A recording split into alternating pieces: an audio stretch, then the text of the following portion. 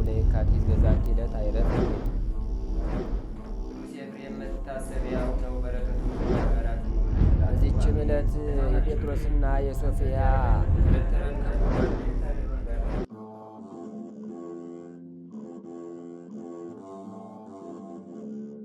በስማ ወልድ ወመንፈስ ቅዱስ አሐዱ አምላክ አመሐሙሱ ለሐምሌ በዛቲ ዕለት ተዝካረ ስምዖሙ ለአበዊነ ወጳውሎስ ክቡራን ወአብያን ሐዋርያት።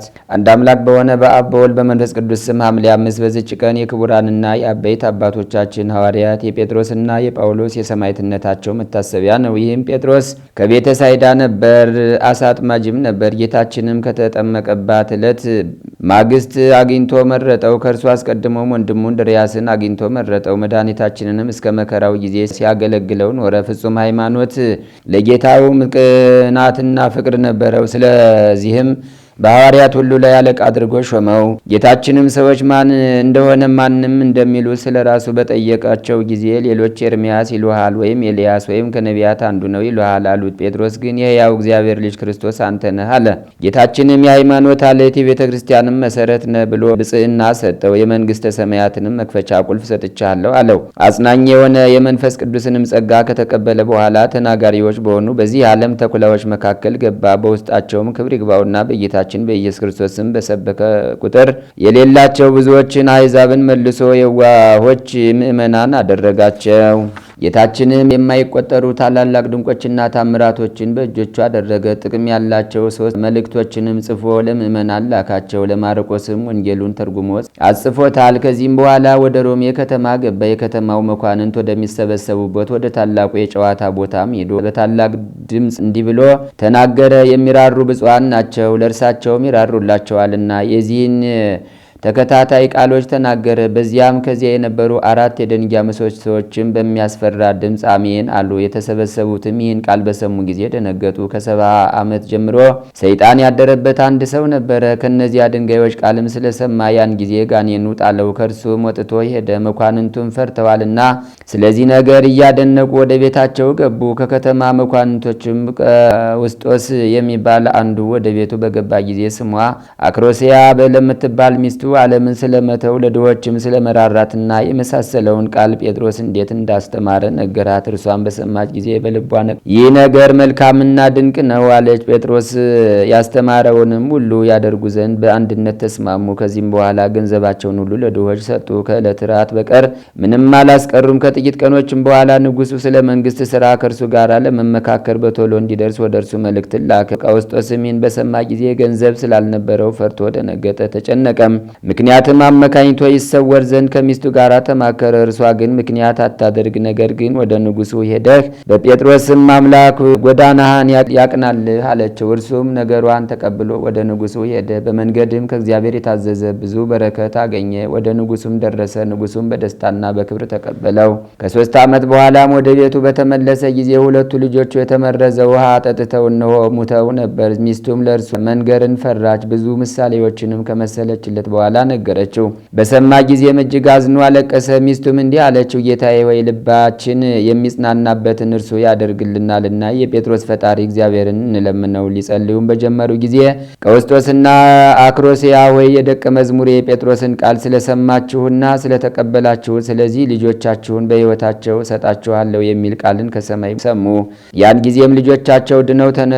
ቀውስጦስና ሚስቱም ደስ አላቸው፣ የተመሰገነ እግዚአብሔርንም አመሰገኑት። እሊህም ከሞት የተነሱ ልጆች ለቅዱስ ጴጥሮስ ደቀ መዛሙርቶቹ ሆኑ። የአንዱ ስሙ ቀለሚንጦስ ነው። እርሱም ከቅዱስ ጴጥሮስ ያየውንና የጌታችን በሥጋ ወደ ሰማይ በሚያርግ ጊዜ የገለጠለትን ምስጢር ሁሉ የነገረው ነው። ሰዎች ሊያዩዋቸው የማይገባቸውን መጻሕፍት አስረከበው። ይህንም ቀለሚንጦስን ሊቀ ጵጵስና ወንድሙን ዲቁና ሾማቸው። ከዚህም በኋላ ዳግመኛ ቅዱስ ጴጥሮስ አምላክን የወለደች የንጽሕት ድንግል እመቤታችን ማርያም ክብሯን በምሳሌ አየ። በቀስት አምሳል ደመናን አይቷልና በላይዋም የብርሃን ድንኳን ነበረ። በድንኳኑም ውስጥ አምላክን የወለደች ቅድስት ድንግል ማርያም ተቀምጣለች።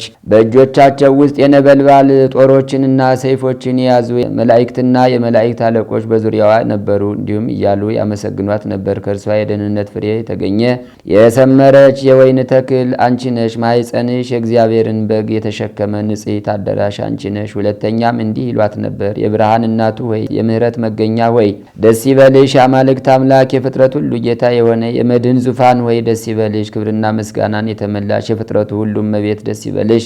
መላእክትን በምስጋናዋንና ሰላምታዋን ባደረሱ ጊዜ ክብር ይግባውና ጌታችን ኢየሱስ ክርስቶስ ለእርሷ ተገልጦ ከእርሷ በቀር ማንም ሊያውቀው የማይቻል ነገርን ነገራት። ወዲያውኑም ምድር ተናወጠች፣ ሊነገር የማይቻል ምስጢራትንም ገለጠላት። ከዚህም በኋላ መድኃኒታችንን በሀገሩ ሁሉ ቅዱስ ወንጌልን ይሰብክ ዘንድ ጴጥሮስን አዘዘው። ጴጥሮስም ወጥቶ ሄደ። ኢዮጴ ወደምትባል የባህር ዳርቻና ልዲያ ወደምትባል አገር ደረሰ። በአንዲት ዕለትም በኢዮጴ ሳለ ብርህት ደመና ዞረችው። እነሆም ሰፊ መጋረጃ ወደ እርሱ ወረደች። በውስጧም የእንስሳት የምድረ በዳ አውሬዎችና የሰማይ አዕዋፍ አምሳል ነበረ። ጴጥሮስ ሆይ ተነስና አርደህ ብላ የሚል ቃልም ከሰማይ ጠራው። ጴጥሮስም አቤቱ አይገባኝም፣ ርኩስ ነገር አልበላም፣ ወደ አፌም ከቶ አልገባም አለ። ያም ቃል ዳግመኛ ጠራውና እግዚአብሔር ንጹሕ ያደረገውን አንተ ርኩስ ነው አትበል አለው። ያም ቃል 3 ጊዜ መላልሶ እንዲህ ነገረው። በየንግግሩም ወደ እሪያዎች፣ ወደ አራዊትና ወደ አዕዋፍ ስዕሎች ጣት ያመለክተው ነበር። ከዚህም በኋላ ያቺ መጋረጃ ወደ ሰማይ ተመለሰች። ጴጥሮስም ስላየው ራእይ አደነቀ። ይህም ራእይ ወደ ፈጣሪያቸው እግዚአብሔር የሚመለሱ አሕዛብን ስለመቀበል እንደሆነ አስተዋለ። ለወንድሞቹ ሐዋርያትም አሕዛብ የእግዚአብሔርን ቃል እንደተቀበሉ የመቶ አለቃ ቆርኔሌዎስንም ከወገኖቹ ጋር እንዳጠመቀው ነገራቸው። ከዚህ በኋላም ጴጥሮስ ከዮሐንስ ጋር ጌታችን እንዳዘዘው ወደ አንጾኪያ ከተማ ገቡ። የአገሪቱንም ሁኔታ ይጠይቅ ዘንድ ጴጥሮስ ዮሐንስን ላከው። ሰዎችንም አግኝቶ ክፉ ነገርን ተናገሩት፣ ሊገድሉትም ፈለጉ። እያለቀሰም ተመለሰ፣ ሰውነቱም ተበሳጨች። ጴጥሮስንም አለው፣ አባቴ ሆይ የሊህን ጎስቋሎች ክፋታቸው እንዲህ ከሆነ ወደ ነገስታቱና ወደ መኳንንቱ ገብተን በጌታችን ስም በመስበክ ጊዜ ምን እንደሆነ ይሆን?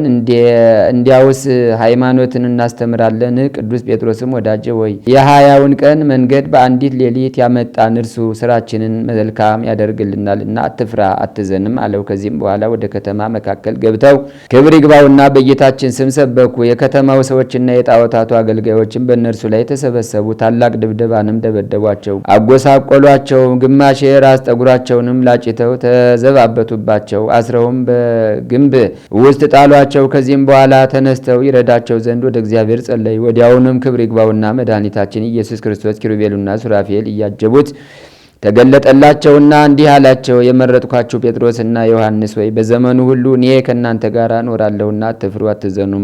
ለመዘባበቻም በራሳችሁ መካከል ስለላጯችሁ አታድንቁ። ይህም መመኪያና ክብርን የክህነት ስርዓትንና ምልክትንም ይሆንላችኋል።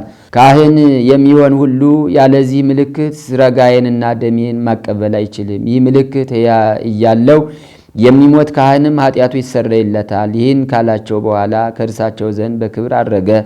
ከዚህም በኋላ ጳውሎስ መጥቶ ዮሐንስን ተገናኘው። የዚህ ሀገር ሰዎች ያደረጉብህ ምንድን ነው? እርሱም ስለ እኔ አታድንቅ፣ የሐዋርያትን አለቃ በእኔ ላይ ባደረጉት አምሳል አድርገውበታልና አለው።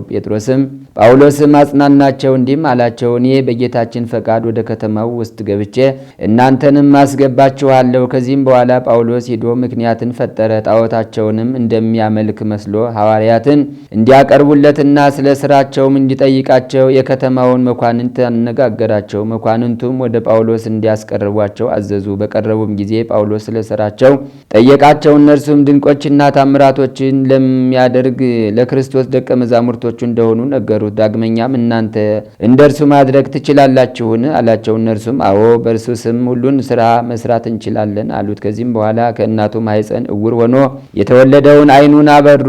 የንጉሱንም ልጅ ከሞተ በ3 ወሩ ስጋውን ከተበላሸ በኋላ ከመቃብር አስነሱት። ንጉሱና የከተማ ሰዎች ሁሉ ክብር ይግባውና በጌታችን ኢየሱስ ክርስቶስ ስም አመኑ። ጴጥሮስም ምድሩን ረግጦ ውሃውን አፈለቀ። በአብ በወልድና በመንፈስ ቅዱስ ስም አጠመቋቸው። በቀናች ሃይማኖትም እንዲጸኑ አደረጓቸው። ከዚህም በኋላ በሎዶቅያ ያሉ ምዕመናን የቂሳሮስ ባህር ከወሰኑ አልፎ ብዙ ሰዎችን ከአታክልት ቦታዎችና ከከብቶቻቸው ጋር እንዳሰጠማቸው ወደ ቅዱስ ጴጥሮስ ላኩ። ጴጥሮስም ተወዳጅ ዮሐንስን ወደ እነርሱ ላከ። ዮሐንስም ወደ እነርሱ ሲጓዝ በጎዳና በግ አገኘ። በጉንም እንዲህ ብሎ ላከ፣ ወደ ቂሳሮስ ጴጥሮስም ወንዝ ሂድ፣ የክርስቶስ ደቀ መዝሙሩ ወደ አንተ ልኮኛል። ወደ ቀድሞ ወሰንህ ተመልሰ ትገባ ዘንድ አንተ በእግዚአብሔር ቃል የታሰርክ ነህ ብሎሃል በለው። ያን ጊዜ በጉ ሄዶ እንዳዘዘው አደረገ። ወንዙም ሸሽቶ ወደ ቦታው ተመለሰ። ቁጥር የሌላቸው ብዙ ሰዎች፣ የከተማ ሰዎችም ይህን አይተው በጌታ አመኑ። ከዚህም በኋላ ቅዱስ ጴጥሮስ አልፎ ወደ ሮሜ ከተማ ገባ። በዚያም ስራ መሰሪው ሲሞን ተቃወመው። እርሱንም ከአየር ላይ አውርዶ ጥሎ አጠፋው። ይህንንም ድንቅ ስራ አይተው ብዙዎች ሕዝቦች አመኑ። የከተማው ገዥ የአክርጶስ ዕቁባቶችም የቅዱስ ጴጥሮስን ትምህርት ተቀበሉ። ሌሎችም የከበሩ ብዙዎች ሴቶች ትምህርቱን በመቀበል ከባሎቻቸው ርቀው ንጽሕናቸውን ጠበቁ። ስለዚህም ነገር ቅዱስ ጴጥሮስን ሊገድሉት የሮሜ መኳንን ተማከሩ። የአልታብዮስ ሚስትም እንዳይገድሉት ከሮሜ ከተማ ወጥቶ እንዲሄድ ወደ ቅዱስ ጴጥሮስ ላከች። ምዕመናን ወንድሞችም ውጣ አሉት። እርሱም ቃላቸውን ተቀበለ። ትጥቁንም ለውጦ ከከተማው ወጣ። በሚወጣበትም ጊዜ መስቀል ተሸክሞ ወደ ከተማ ሲገባ ጌታችንን አገኘውና አቤቱ ጌታዬ ወዴት ትሄዳለህ? አለው። ጌታም ልሰቀል ወደ ሮሜ ከተማ እሄዳለሁ ብሎ መለሰለት። ቅዱስ ጴጥሮስም አቤቱ ዳግመኛ ትሰቀላለህን? አለው። ያን ጊዜም ጎልማሳ ሳለ ወገብህን በገዛ እጅህ ታጥቀ ወደ ወደድከው ትሄዳለህ፣ በሸመገልክ ጊዜ ግን እጅህን ታነሳና ሌላ ያስታጥቀሃል፣ ወደማትወደውም ይወስድሃል ያለውን የጌታችንን ቃል አሰበ አስተዋለውም። ያን ጊዜ ወደ ከተማው ተመልሶ ክብር ይግባውና ከጌታችን ከኢየሱስ ክርስቶስ የሆነውን ለወንድሞች ነገራቸው። እነርሱም እጅግ አዘኑ። ንጉሥ ኔሮንም ቅዱስ ጴጥሮስን እንዲሰቅሉ ታዘዘ። ሊሰቅሉትም በያዙት ጊዜ ወታደሮችን እንዲህ ብሎ ለመናቸው። የክብር ንጉሥ ጌታዬ ኢየሱስ ክርስቶስ ወደ ላይ ሆኖ ስለተሰቀለ እኔ ቁልቁል ልሰቀል ይገባኛል። ወዲያውኑም እንደነገራቸው ሰቀሉ።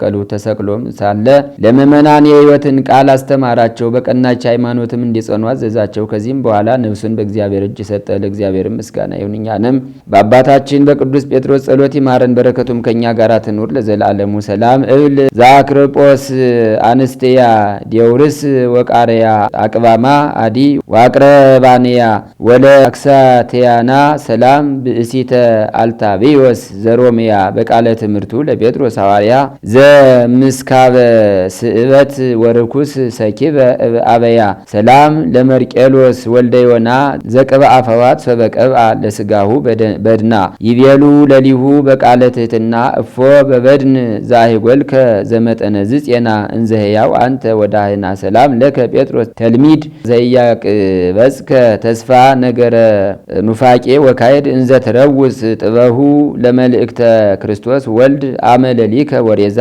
ቀነትከ በእድ ወአመልህቀ አቅነተከ ባዕድ። በዚችም ቀን ዳግመኛ ልሳነ እፍረት የክርስቶስ አንደበት የእውቀት አዘግት የቤተ ክርስቲያን መብራት የቅዱስ ሐዋርያ ጳውሎስ የሰማዕትነቱ መታሰቢያ ነው።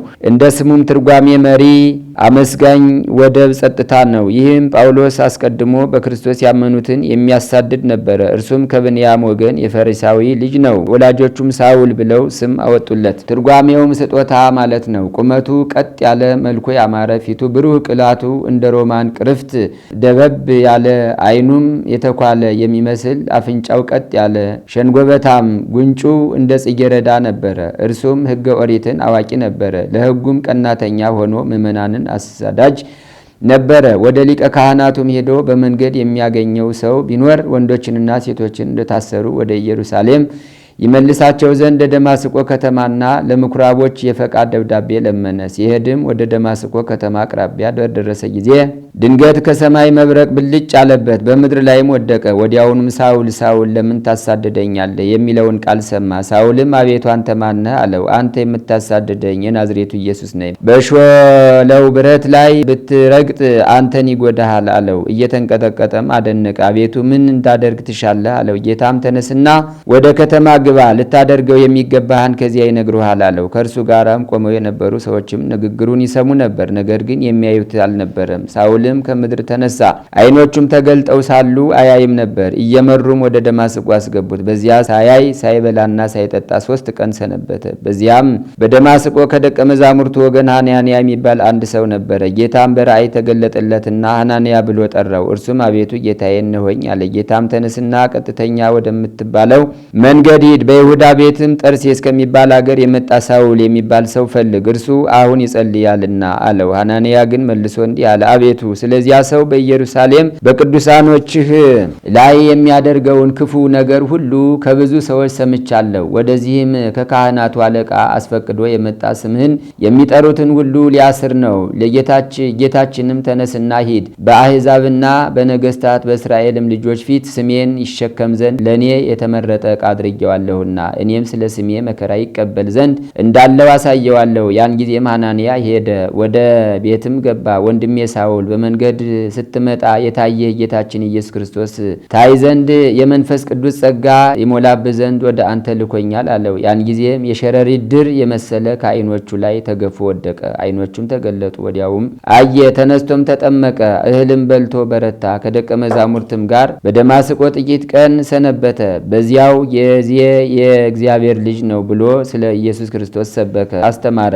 የሰሙትም ሁሉ አደነቁ፣ እንዲህም አሉ፣ በኢየሩሳሌም ይህን ስም የሚጠሩትን ሁሉ ያሳድድ የነበረ ይህ ያልነበረምን? ወደዚህስ የመጣው እያሰረ ወደ ሊቀ ካህናቱ ሊወስዳቸው አይደለምን? አጽናኝ መንፈስ ቅዱስም አደረበት። እውነተኛውንም ሃይማኖት ግልጽ አድርጎ አስተማረ። ለኦሪት ሕግ የሚቀና እንደነበረ እንዲሁ ክብር ይግባውና ጌታችን ኢየሱስ ክርስቶስ ለሰራት ሕገ ወንጌል እጽፍ ድርብ ቅናትን የሚቀና ሆነ። ከዚህም በኋላ በአገሮች ሁሉ ዞሮ ሰበከ። በጌታችንም ስም ሰበከ። ድንቆችና ታምራትንም አደረገ። ቁጥር የሌላቸው ብዙዎች አሕዛብንም አሳመናቸው። ነገር ግን ብዙ ጊዜ በመገረፍ በመደብደብና በመታሰር ብዙ መከራ ደረሰበት። መከራውንም ሁሉ ታግሶ በሁሉ ቦታ ዙሮ አስተማረ። በሐዋርያት ሥራ መጽሐፍ እንደተጻፈ የእግዚአብሔርን ሥራ ሲሰሩ ሲጾሙና ሲጸልዩ መንፈስ ቅዱስ እኔ እነርሱን ለመረጥሁለት ሥራ ሳውልንና በርናባስን ለዩልኝ አላቸው። ከዚህ በኋላ ጾመውና ጸልየው እጃቸውንም በራሳቸው ላይ ጭነው ሾሟቸው። ከመንፈስ ቅዱስ ተሹመው ወደ ሴሌውቅያ ወረዱ። በደሴቱም ሁሉ ሲዘዋወሩ ጳፉ ወደምትባል አገር ደረሱ። በዚያም ሐሰተኛ ነቢይ የሆነ ስሙ በርያሱስ የሚባል አንድ ስራየኛ ይሁዳዊ ሰው አገኙ። እርሱም ሰርግዮስ ጳውሎስ ከሚባል ብልህ ሰው ከሆነ አገረ ገዥ ዘንድ የነበረ ነው። የእግዚአብሔርንም ቃል ሊሰማ ወዶ በርናባስንና ሳውልን ጠራቸው። የስሙ ትርጓሜ እንዲህ ነበርና ኤልማስ የሚሉት ያ ስራየኛ ሰው ይከራከራቸው ነበረ። ገዢውንም ማመንን ሊከለክለው ወዶ ነበር። ጳውሎስ በተባለው ሳውል ላይም መንፈስ ቅዱስ መላበት። አተኩሮም ተመለከተው። ኃጢአትንና ክፋትን ሁሉ የተመላ የሰይጣን ልጅ የጽድቅ ሁሉ ጠላት ወይ የቀናውን የእግዚአብሔርን መንገድ እያጣመምክተው ብትባል እምቢ ያልህ፣ እነሆ አሁን የእግዚአብሔር እጅ በአንተ ላይ ተቃጥታለች፣ ትታወራለህ። እስከ ዕድሜ ልክህም ፀሐይን አታያትም አለው። ወዲያውንም ታወረ፣ ጨለማም ዋጠው። የሚመራውንም ፈለገ። አገረ ገዡም የሆነውን አይቶ ደነገጠ፣ በጌታችንም አመነ። ከዚህ በኋላ ሄደው ወደ ሊቃኦንያ ከዚያም ወደ ልስጥራንያና ደርቤን ከተማ ወደ አውራጃውም ሁሉ ገብተው አስተማሩ። በልስጥራን ከተማም ከእናቱ ማኅፀን ጀምሮ እግሩ ልምሾ የሆነ አንድ ሰው ነበረ። ተቀምጦ ይኖር ነበር እንጂ ልምሾ ከሆነ ጀምሮ ቆሞ አልሄደም። ጳውሎስንም ሲያስተምር አደመጠው። ጳውሎስም ተመልክቶ ሃይማኖት እንዳለው እንደሚድንም ተረዳ። ድምፁንም ከፍ አድርጎ በጌታችን በኢየሱስ ክርስቶስ ስም ተነስና ቀጥ ብለህ ቁም እልሃለሁ አለ። ወዲያውኑ ተነስቶ ሄደ። አሕዛብም ጳውሎስ ያደረገውን አይተው በጌታችን አመኑ። እርሱም በዚያ ሳለ አይሁድ ከአንጾኪያና ከኢቆንያ መጥተው ልባቸውን እንዲያስጨክኑባቸው አሕዛብን አባበሏቸው። ጳውሎስንም በደንጊያ ደበደቡት፣ ጎትተውም ወደ ውጭ አወጡት። በማግስቱም ከበርናባስ ጋር ወደ ደርቤን ከተማ ሄዱ። በዚያችም ከተማ አስተማሩ። ብዙ አሕዛብንም ወደ ሃይማኖት አስገቡ። ለቤተ ክርስቲያን ቀሳውስትን ሾሙላቸው። ከዚያም ወደ መቄዶንያ አልፈው ሄዱ። ጋኔን ሟር የሚያሰራትን አንዲት ልጅ አገኙ። ከምታገኘው ዋጋ ለጌቶቿ ብዙ ትርፍን ታስገባ ነበር። እነዚህ ሰዎች የልዑል እግዚአብሔር አገልጋዮች ናቸው፣ የሕይወትንም መንገድ ያስተምሯቸዋል ብላ እየጮኸች ከጳውሎስ ኋላ ተከተለችው። ብዙ ቀንም እንዲህ ታደርግ ነበር። ጳውሎስንም አሳዘነችው። መለስ ብሎም መንፈስ ርኩስን በጌታችን ኢየሱስ ክርስቶስ ስም እንድትወጣ አዝዣለሁ አለ። ወዲያውንም ተዋት። ከዚህ በኋላም ሀለብ ከሚባል አገር ደረሰ። የጢሞቴዎስንም እናት ስሟ በድሮናን ከሞት አስነሳት። በዚያም ያዙት። ለዚያች አገር ጣዖትም ሊሰውት ወደው በሚነድ እሳት ውስጥ ጨመሩት። ስለ እነርሱም እየማለደ እጆቹን በመስቀል ምልክት አምሳል ዘረጋ። አሕዛብን ባዩት ጊዜ ስለዚህ ድንቅ ሥራ አደነቁ። ከእሳት መካከልም እንዲወጣ ማለዱት። ምንም ምን ሳይነካው ወጣ። ሰገዱለትም። ክብር ይግባውና በጌታችንም አመኑ። የአገሩ ሰዎች ሹም አርስጦስም አመነ። ሰባቱ የጣዖት ካህናቶች ግን ሸሽተው ተሰወሩ። ቅዱስ ጳውሎስም በጭላት አምሳል የተቀረጸውን ምስል ጠራው። ምስሉም በአንበሳ ምሳሌ መጥቶ በምኩራቡ መካከል በጳውሎስ ፊት ቆመ። ቅዱስ ጳውሎስም የሚያመልኩህ ካህናቶች ወዴት አሉ አለው። አንበሳውም ያሉበትን እስክነግር ድረስ ጌታዬ ጥቂት ታገሰኝ አለው። ካህናቱም ወደ ተሸሸጉበት ሄዶ አንዱን አንገቱን ባፉ ይዞ እየጎተተ አምጥቶ እንደ በርን በአደባባዩ መካከል ጣለው። ሰባቱንም እንዲሁ እያንዳንዱን እየጎተተ አመጣቸው። ሕዝቡም ሊገድሏቸው ወደዱ። ጳውሎስም ዛሬ በዚህ ከተማ ማዳን እንጂ መግደል አይገባም አለ። ከዚህም በኋላ ሁሉንም አጠመቃቸው፣ ሃይማኖትንም አስተማራቸው። ያንንም አንበሳ የሆነ የጭላት ምስል አንበሳ ሆይ አትፍራ፣ ስለ አገለገልከኝ እስከምሻ ድረስ ኑሮህ በበረሃ ይሁን አለው። ያን ጊዜም ወደ በረሃ ሄደ። ጳውሎስም ከዚያ ተነስቶ አካ ወደሚባል ከተማ ሄደ። ስክንጥስ ከሚባል ደቀ መዝሙሩ ጋራ ተገናኘ። አይሁድም ዜናውን ሰምተው ከአሕዛብ ጋር ተሰበሰቡ። ይዘውም ጭንቅ የሆነ ስቃይን አሰቃዩት። ዳግመኛም 2 በሮችን አመጡ። ከስቅንጥስ ጋራም አስረው በከተማ ጥጋጥግ በስለታም ድንጋይ ላይ አስጎተቷቸው። ደማቸውም እንደ ውሃ ፈሰሰ። አጥንታቸውም እስከሚታይ ድረስ ስጋቸው ተቆራረጠ። ወደ ጌታም ጸለዩ። ያን ጊዜም በሮቹ ከሚነዳቸው ጋራ ደንጊያ ሆኑ። ሕዝቡም ባዩ ጊዜ ለመኮንኑ ነገሩት። እርሱም ተቆጣ። ወደ እርሱም እንዲያቀርቧቸው እና በደንጊያ እንዲወግሯቸው አዘዘ። በቅዱስ ጳውሎስም ላይ እጅግ ተቆጥቶ እንደ አንተ የሥራይ ሰው እነሆ አሰቃይሃለሁ አለው። በበሬ ቅርጽ የተሰሩ 2 የናስ ቀፎችንም ያመጡ ዘንድ አዘዘ። ዝፍት፣ ሙጫና ድኝ አምጥተው በውጭ ቀላቅለው 2ቱን የናስ ቀፎዎች በውስጥም በውጭም ቀቧቸው። ሐዋርያትም በውስጡ ጨምረው በእሳት ምድጃ ውስጥ አስገቧቸው። 3 መዓልትና 3 ሌሊትም እሳት አነደዱባቸው። መድኃኒታችንን ክርስቶስም ከመላእክቶቹ ጋር መጣ። እሳቱንም ከዚያ ፈልሶ ወደ ከተማ ውስጥ ገብቶ የከተማውን ሰዎች ሁሉ እንዲከባቸው አደረገው። በተጨነቁም ጊዜ ጮሁ፣ አለቀሱም። መዳንን ከፈለጋችሁ ፈጥናችሁ በአደባባዩ በአንድነት ተሰብሰቡ የሚል ቃል ከሰማይ ጠራቸው። ጳውሎስም ወደ በረሃ አሰናብቶት የነበረው አንበሳ መጣ። ጳውሎስ በስሙ በሚያስተምርበት ክብር ይግባውና በጌታችን በኢየሱስ ክርስቶስ እመኑ እያለ ጮኸ። ከዚህም በኋላ ወደ እሳቱ ምድጃ ተመልሶ ጳውሎስንና ስክንጥስን ከእሳቱ ውስጥ ውጡ አላቸው። ያን ጊዜም የራሳቸው ጠጉር እንኳ ሳይቀነብር ወጡ። በላያቸውም ላይ የቃጠሎ ሽታ የለም። ይህንንም ድንቅ ሥራ አይተው በጌታችንና በናዝሬቱ ኢየሱስ ክርስቶስ እናምናለን እያሉ ጮሁ። ከዚህም በኋላ በአብ በወልድ በመንፈስ ቅዱስ ስም አጠመቃቸው። ስቅንጥስንም ቅስና ሾመላቸው። ከዚህም በኋላ ከሐዋርያ ፊልጶስ ጋር ወደ 3 አገሮች በአንድነት ሄዱ። በዚያም በጌታችን ስም ሰበኩ። የአገሩ ሰዎችም ያዟቸው፣ እጆቻቸውንና እግሮቻቸውንም አሰሯቸው። በአንገታቸውም የብረት ሰንሰሎችን አስገቡ። ራሳቸውንም የሚሸፍኑ የብረት ቆብን ሰሩላቸው። ዳግመኛም በእጅና በመሃል እጅ በጣቶች ምሳሌ ሰርተው በእጆቻቸው በክንዶቻቸው እያነደዱ እያንዳንዱን የብረት እጅ ጨመሩ። ከብረቶችም ጋራ ቸነከሯቸው። ሁለተኛም እስከ አንገት የሚደርስ በትከሻ አምሳል ሰሩ። በፊትና በኋላም ቸነከሯቸው። ደግሞ መላ አካላቸውን የሚከብና ከአካላቸው ምንም ምን እንዳይታይ የሚሸፍን የብረት ሰሌዳ ሰሩ። ከወገቦቻቸውም ጋራ ቸነከሯቸው። ችንካሮችም ተረከዛቸውን ነድለው ወደ ጭኖቻቸው እስከሚደርሱና እስከ አቆሰሏቸው ድረስ የብረት ጫማ ሰርተው እግሮቻቸውን ቸነከሩ። ደግሞ በመሸፈኛ አምሳል የብረት ሰናፊል ሰሩ። ቀማሚዎችም መጡ። 1 መክሊት የሚመዝን እርሳስንም አመጡ። ታላቅ የብረት ጋንንም 7 ልጥር የሰሊጥ ቅባትን አመጡ። ስቡንና ደሮ ማሩን የእሳቱንም ኃይል አብዝቶ የሚያነደውን ቅመሙን ከሙጫውና ከድኙ ጋር ቀላቀሉ። ከዋርካና ከቁልቋል ከቅንጭብም ደም 7 ልጥር 1 የወይን አረግንና ቅባት ያላቸውን እንጨቶች ሁሉ አመጡ። በጋን ውስጥ ያበሰሉትንና ያማሙትንም ልዩ ልዩ ቅመማ ቅመም አምጥተው ከስጋቸው ጋር እስከሚጣበቅ በቅዱሳን ሐዋርያት ሥጋ ላይ ባሉት ሰሌዳዎች ውስጥ ጨመሩት። ከእግራቸው እስከ ራሳቸው ከፍ ከፍ እስከሚል ድረስ በእሳት ቃጠሎ ያቃጥሉትን ያንን እርሳት ጨመሩ። ርዝመቱ 15 ክንድ በሆነ ወፍራም የጥድ ምሰሶ ላይም አቆሟቸውና ከበታቻቸው ፍሬ በሌለው በወይን ሐረግና በተልባ እሳቱን አቃጥለው አነደዱ። የእሳቱ ነበልባልም ከስጋቸው በላይ ከፍ ከፍ አለ። ሐዋርያት ግን ወደ እግዚአብሔር ይጸልዩ ነበር። ከመኳንንቱም በአንዱ ልብ ርኅራኄን አሳደረና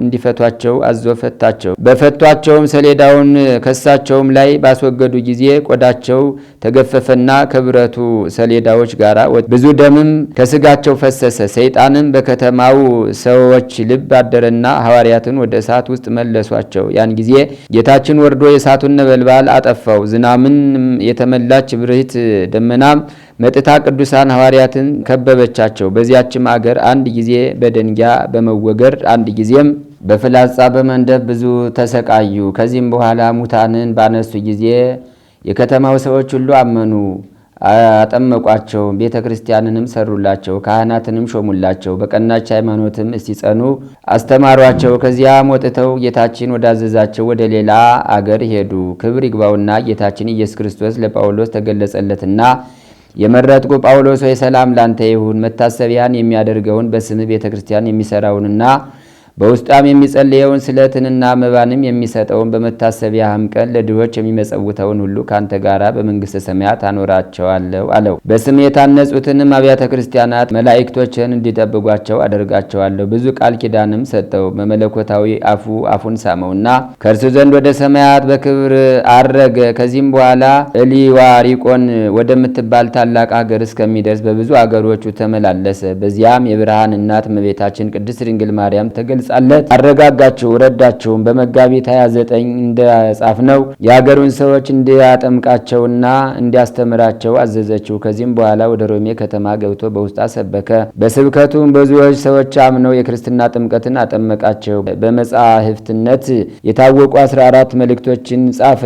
የመጀመሪያ መልእክቱም ለሮሜ የተጻፈችው ናት። መልካም ሩጫንም ከፈጸመ በኋላ ንጉሥ ኔሮን ይዞ ጽኑ ስቃይን አሰቃየው። ራሱንም በሰይፍ እንዲቆርጡት ለሰያፊ ሰው ከሰያፊውም ጋር አልፎ ሲሄድ ከንጉሥ ኔሮን ዘመዶች ወገን የሆነች አንዲት ብላቴና አገኘችው። እርሷም ክብር ይግባውና በጌታችን እያመነች ነበር። ስለ እርሱም አለቀሰች። እርሱ ግን መጎናጸፊያሽን ስጭኝ፣ እኔም ዛሬ መልስልሻለሁ አላት። እርሷም መጎናጸፊያዋን ሰጠችውና ራስ ወደሚቆርጡበት ቦታ ሄደ። ለሰያፊውም ራሱን ባዘነበለ ጊዜ በመጎናጸፊያዋ ፊቱን ሸፈነ። ሰያፊውም የቅዱስ ጳውሎስን ራስ ቆርጦ በዚያች ብላቴና መጎናጸፊያ እንደተሸፈነ ጣለው። ሰያፊውም ጳውሎስን እንደገደለው ለንጉሥ ሊነግረው በተመለሰ ጊዜ ያች ብላቴና አገኘችው። ያ ጳውሎስ ወዴት አለ አለችው።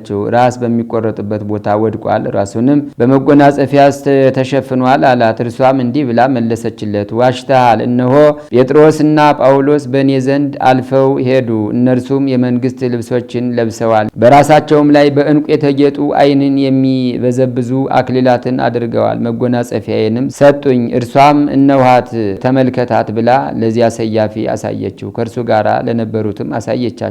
አይተውም አደነቁ። ስለዚህም ክብር ይግባውና በጌታችን ኢየሱስ ክርስቶስም አመኑ። የዚህም ሐዋርያ ጳውሎስ ታምራቶቹ ቁጥር የሌላቸው እጅግ የበዙ ናቸው። ለእግዚአብሔር ምስጋና ይሁን፣ እኛንም በጸሎት ይማረን። በረከቱም ከርዕሰ ሊቃነ ጳጳሳቱ ከአባ ማትያስ ከሁሉም ሊቃነ ጳጳሳትና የቅድስት የሐዋርያት ቤተ ክርስቲያን ልጆች ጋር ይኑር ለዘላለሙ። ሰላም ለጳውሎስ ሃይማኖተ ክርስቶስ ዘአግሃደ እስከ አቁሰለ በሰይፍ ወመተርወ ገሃደ ከመያግብ ህዝበ ህየንተ ቀዳሚ ሰደደ በላይ ለአብዳን ተመሰለ አብደ ወላይሁድኒ ኮኖሙ አይሁደ ድረ ምንዳቤ ተወክፈት ወተአስየት መከራ በብሔረ ባይድ ወበሃገራ ለቀበለሃ ዘመፁ በአይነ መንፈስ ነጺራ ሰላም ለማርያም ወለክርስቶስ በኩራ ብሂላ ይረፈት መስቀል ክብራ። በዚችም ቀን የ72ቱ አርድእት መታሰቢያቸው ነው። በጋዛ ሀገር ሰማዕት የሆነው የይስሐቅና የደብረ አሳ ጻድቃንም መታሰቢያቸው ነው። በረከታቸውም ከኛ ጋር ትኑር ለዘላለሙ። ሰላም እብል በቃለ ስብሐት ወውዋኤ አርዲተ ክርስቶስ ሰብአ ለላ አስማቲክሙ በጽዋኤ አይጉራተ ዓለም ኩሎ አመፈነወክሙ ወበበክልኤ ዘረወ ኢምእመነ እምነ ምእመናን ጉባኤ በአይሁዳዊክሙ ዘተጸውረ መስኤ። በዚችም ቀን የመላእክት አለቃ የሳቁኤል የበዓሉ መታሰቢያ ነው። አማላጅነቱ ከኛ ጋራ ይኑር ለዘላለሙ። ሰላም ለከ ሳቁኤል ብሁት ዲበ መናፍስ ጸዊረክ መርሆ ምስለ መላእክት አርሁ መዝገበ ለዝናመ ዝንቱ ክረምት በዘያህመ ለምል ሳይር ወይሰምር ገራሂት። አንድ አምላክ በሚሆን በአብ በወልድ በመንፈስ ቅዱስ ስም ሐምሌ 6 በዚች ቀን እንደርሱ ያሉ ኤልያስና ሄኖክ ወደ አሉባት ብሔረ ሕያዋን የዕዝራ ዕርገት ሆነ። በዚችም ዕለት ጳውሎስ የተባለ ቅዱስ ቄርሎስ በሰማዕትነት ሞተ። በዚችም ቀን የቅዱስ አብሮኮሪዮስ እናት ገድለኛዋ ቴዎዳስያ ሰማዕት ሆነች። ዛቅረብኩ ማሕሌተ አዘኪሬ አእላፈ ምለተ ጸምዱ ከዘልፈ ለላ አነብቶ ከብዘንዴቴ መጽሐፈ እንተረሰይ ከግዚኦ ጸዲቀ መበለት ኩፈ እምለ አቡኡ ብኡላን ዘተርፈ ነቢያት ቅዱሳን ሐዋርያት ሰባክያን ሰማዕት ወጻድቃን ወመላእክት ትጉሃን ደናግላዲ ወመነኮሳት ሄራን ባርኩ ባርኮ ጉባኤ ዛቲ መካን እስከ አረጋዊ ልሂቅ ወንዑስ ሕፃን ለዘጸሐፎ በክርታስ ወለዛ አጽሐፎን ዘይደርስ ወለዛ አንበቦ ወለዘ ተርጎሞ በልሳን አዲስ ወለዘ ሰማ ቃሎ በዝነ መንፈስ በጸሎተሙ ማርያም አራቂተ ኩሉም ባይ ስቡረ የመሐረነ ኢየሱስ ክርስቶስ።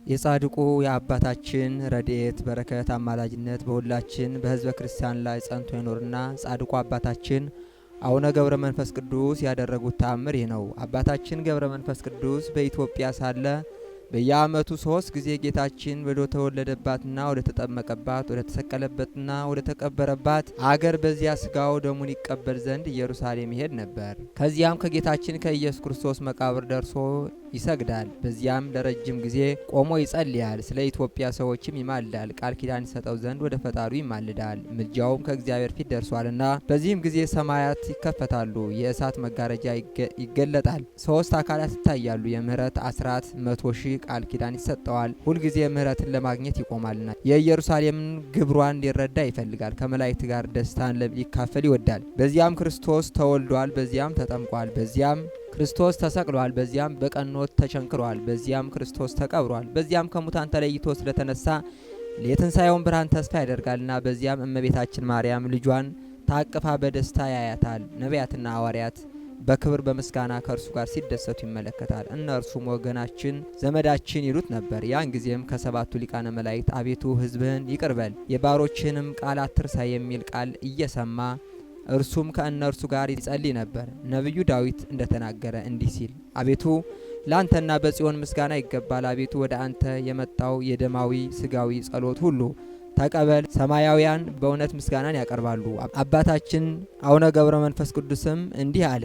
ከኃጥአን ወገን አስራት ትሰጠኝ ዘንድ እለምንሃለሁ። መላእክት ለሕዝብህ ይቅርታ እንደሚለምኑ እርሱም አቤቱ ኢትዮጵያን ሕዝብህን ይቅር በላት እያለ ይማልዳል። አስራት የሆነው ዘንድ በሰማይም ደስታ ይሆን ዘንድ ስለ ጻድቃን የምለምንህ አይደለም ስለ ኃጥአን ነው እንጂ በማለት ይጸልያል።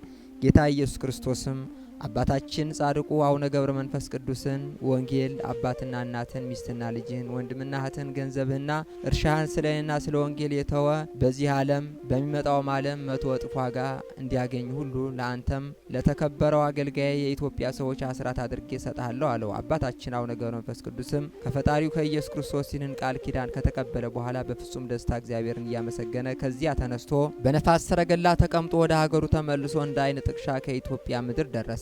የጻድቁ የአባታችን የአቡነ ገብረ መንፈስ ቅዱስ ረድኤትና በረከት አማላጅነት ለሀገራችን ሰላም፣ ለሕዝባችን ፍቅር፣ አንድነት ያድልልን። የጻድቁ ምልጃ አይለየን። አሜን። ይቅርታ ጠይቀው ወደኛ ተመልሰዋል አባቶቻችን። ግን ትምህርቱ አይቀርም። የእነዚህ ደማቸው የፈሰሱት እንመሰክርላቸዋለን። መሞታቸውን ያየነው እንጂ እነሱ ለክብር አክሊል በቅተዋል። የምኒልክ ሐውልት ይፍረስ ተብሎ ተጠይቋል። ካሳን እንስጣችሁ ተብሏል። 6 ኪሎ ያለው 6 ኪሎ ደሙ በደም የተጻፈውን አንብባችሁን ማለት ነው። በታክሲ መሽከርከር ብቻ እኮ አይደለም፣ የደም ጽሑፍ ነው እዛ ውስጥ ያለው። እንደገና ደግሞ ከገደሏቸው በኋላ ቤንዚን አልከፍክፎ ስጋቸው ሲነድ ተቀርጾ አይቻለሁ። እንዲህ አቃጥለው ከገደሏቸው በኋላ አሁን በ90ዎቹ ውስጥ ያለው 97 98 ውስጥ ያለው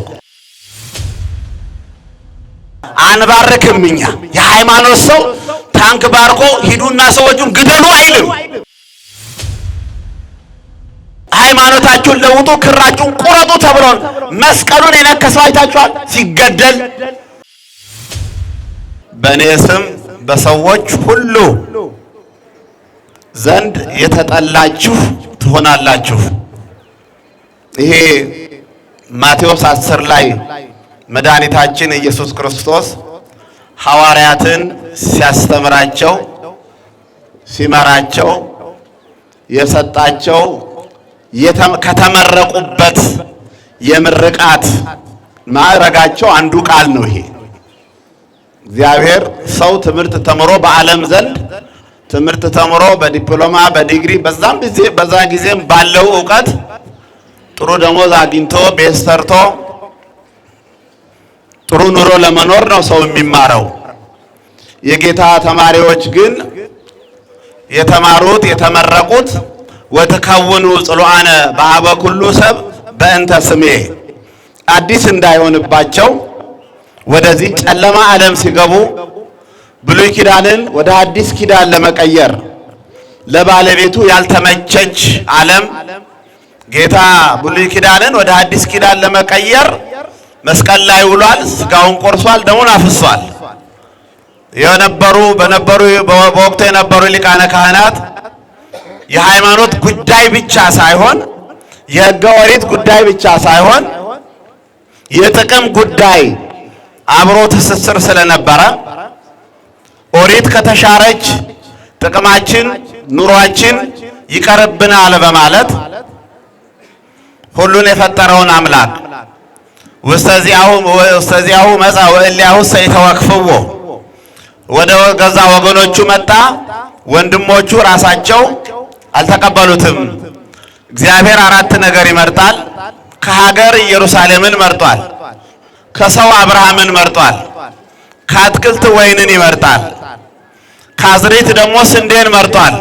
ሁሉም የራሱ ነው እና እስራኤልን መርጦ ትንቢት አናግሮ ነቢያቱ አስተምረውባት ነቢያቱ የተመላለሱባት መድኃኒታችን ኢየሱስ ክርስቶስ እንደሚመጣ መስዋዕት በመክፈል ያስተማሩባት ኢየሩሳሌም እግዚአብሔር የመረጣት ኢየሩሳሌም ለባለቤቱም አልተመቸችም ማለት ነው። እንኳን ለተላላኪዎቹ ለባለቤቱ ያልተመቸች እስራኤል። በዚህ ነው የተመረቁት ሐዋርያት ወትከውኑ ጽሉአነ። ብዙ ዝርዝሮች አሉ በውስጡ።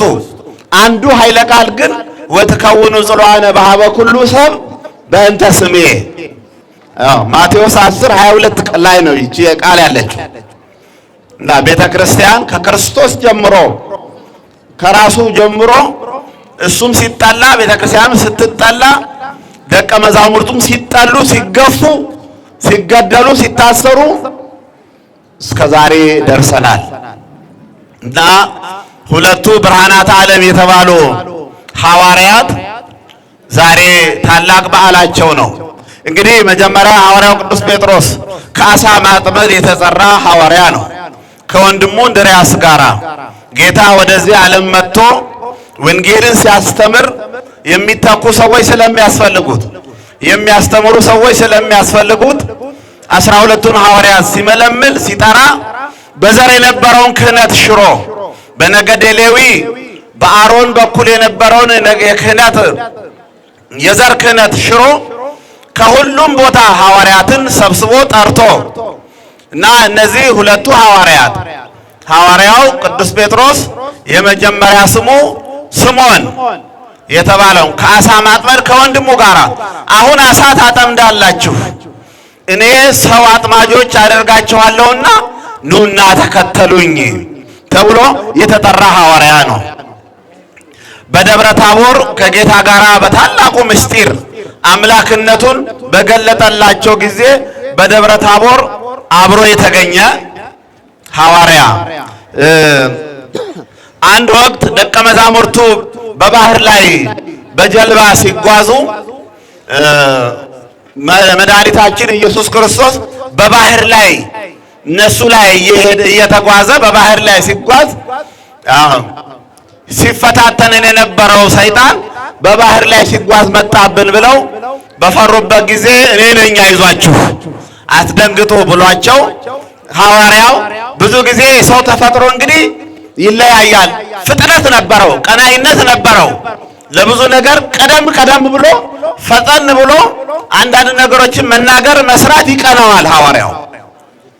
ጌታችን ኢየሱስ ክርስቶስን አንተ አዎ በል አንተ ከሆንክ በባህሩ ላይ እንዳንተ በባህሩ ላይ እንድጓዝ ፍቀድ ና አለውና ፈቀደለት ጌታ። እንግዲህ ገና መንፈስ ቅዱስ ስላልተሞሉ ገና ደቀ መዛሙርት ኮርሰኞች ስለነበሩ አዲስ መንፈስ በውስጡ ደግሞ ጠላታችን ካጠገባችን ስለማይርቅ ሰው በውሃ ላይ እንዴት ይሄዳል የሚል ሐሳብ አድሮበት ጠለቀ ወደ ታች። ከዛ እጁን አወጣ። ጌታ ሆይ አድነኝ አለ። ለምን ተጠራጠርክ? ልምጣ አልከኝ ና አልኩ። ተራምደሃል። ለምንድነው እንዲህ አይነት ክፉ ሐሳብ ውስጥ ያደረው ብሎ መድኃኒታችን ኢየሱስ ክርስቶስ ከሐይቁ ያወጣው ነው። የእግዚአብሔር ልጅ ነህ ብሎ በፊልጶስ ዘቂሳርያ ደቀ መዛሙርቱን ሰብስቦ ሰዎች የሰው ልጅ ማን ይሉታል? እኔን ማን ይሉኛል አለ። ሐዋርያው ቅዱስ ጴጥሮስ አሁንም ቅድም እንዳልኳችሁ ፈጥኖ እጅ አወጣ። ሰው አንተ የሕያው የእግዚአብሔር ልጅ ነህ ብሎ የመሰከረ ሐዋርያ ነው። በዚህ ርዕስ ውስጥ ብፁዕ ነህ ተብሏል። ብፁዕ ነህ።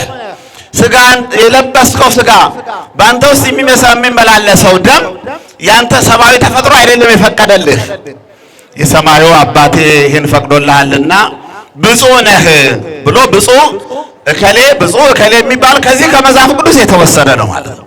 ብፁዕ አቡነ ተክለ ሃይማኖት፣ ብፁዕ ቅዱስ አቡነ ገብረ መንፈስ ቅዱስ፣ ብፁዕ ቅዱስ አቡነ ተክለ ሃይማኖት፣ ብፁዕ ቅዱስ አቡነ ማትያስ የምንለው ከዚህ ከመጽሐፍ ቅዱስ የተወሰደ ለቅዱስ ጴጥሮስ የተሰጠ የማዕረግ የቅድስና የንጽህና ስሙ ነው።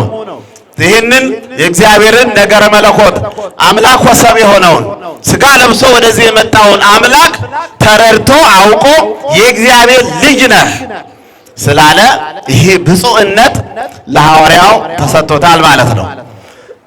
በዚሁ እንግዲህ ሰው እንደተመቸው አይኖርም። ስጋ ለባሾች ነን፣ እንደተመቸን አንኖርም።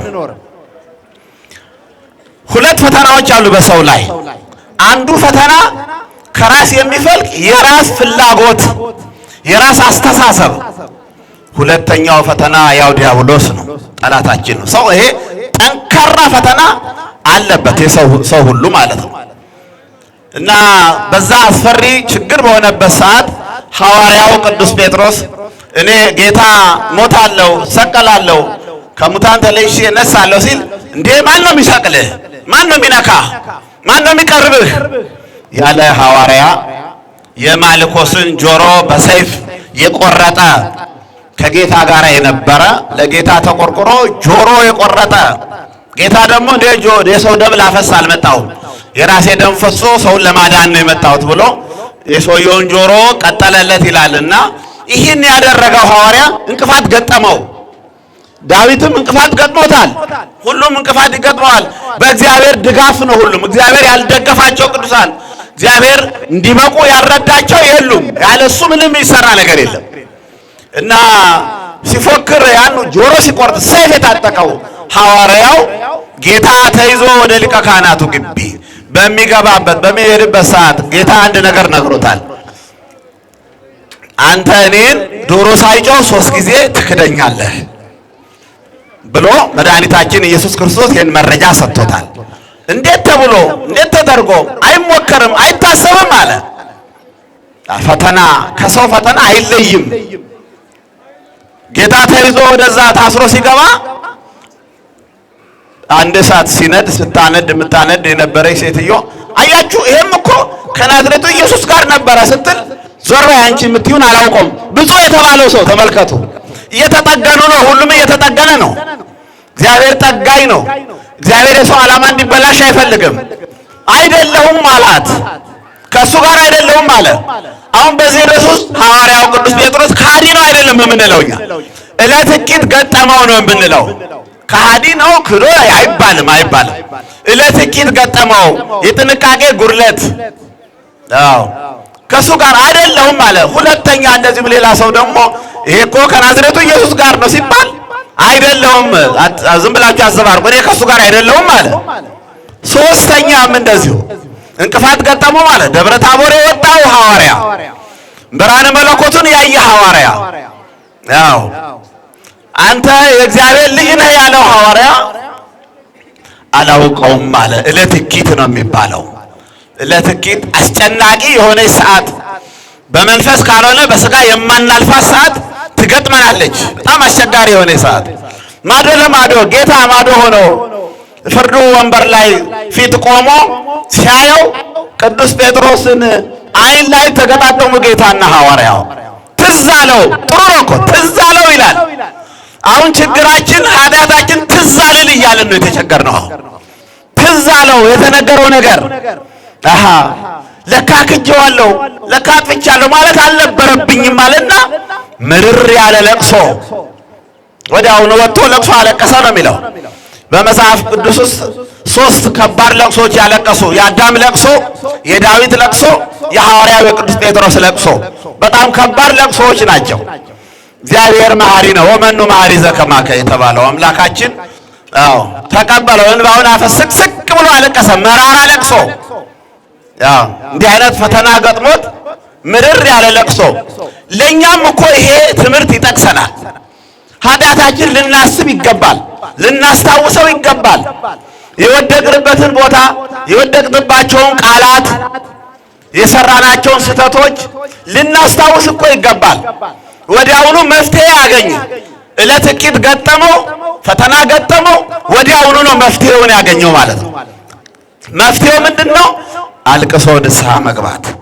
ይሄ የገጠመው ሐዋርያ እግዚአብሔር አምላካችን ይህን እንባ ተቀብሎ ወደ ስፍራው ወደ ቦታው መልሶታል። ሐዋርያው የወጣበት እንዳይታጎልበት ጌታ በሞተ ጊዜ መቃብሩ ጋር ሮጠው ከሄዱት አንዱ ቅዱስ ጴጥሮስ ነው። ከቅዱስ ዮሐንስ ጋር ወደ መቃብሩ የሄደ መቃብሩ ጋር ሄደው ማርያም መግደላዊት በመቃብሩ ቦታ ቆማ ስታለቅስ እነሱ ደግሞ መቃብሩ ጋር ሄደው አይተው ሐዋርያው ቅዱስ ዮሐንስ አልገባም። ቅዱስ ጴጥሮስ ገብቶ የመግነዝ ልብሱን አይቶ ተረድቶ መነሳቱን አምኖ የተመለሰ ወደ መቃብሩ የገባ ሐዋርያ በመጨረሻም እግዚአብሔር ከዚህ ሁሉ ፈተና ሐዋርያነቱን ካረጋገጠለት በኋላ ደግሞ በሐዋርያት ሥራ እንደተጻፈው የተሰጠው በረከት የተሰጠው ሀብት በጥላ ሕሙማንን መፈወስ በጥላ ሕሙማንን መፈወስ የሚገርም ነገር ነው። በቤተ ክርስቲያን ውስጥ በቅዱሳን አባቶቻችን በተክለ ሃይማኖት፣ በገብረ መንፈስ ቅዱስ፣ በሰማዕቱ በቅዱስ ጊዮርጊስ የሚሰሩትን ተአምራት የማይቀበሉ አጽራረ ቤተ ክርስቲያን አሉ። አሁን ይሄ ተአምር ነው የሚባለው። ሐዋርያው ፀሐይዋ አይታችኋታል። በዛ በፀሐይዋ በምታልፍበት ቦታ ሕመምተኞቹን የቅዱስ ጴጥሮስ ጥላ እንዲያርፍባቸው የሚደንቅ ነው። ዛሬ ዓለም ሰውን የሚያድነው ቅጠል መድኃኒት ቆርጦ በጥብጦ ሕክምና መርምሮ መከራውን አይቶ ነው። የሐዋርያው ቅዱስ ጳውሎስ በሽተኞቹን በእጁ እንኳን ሳይነካቸው ማለት ነው።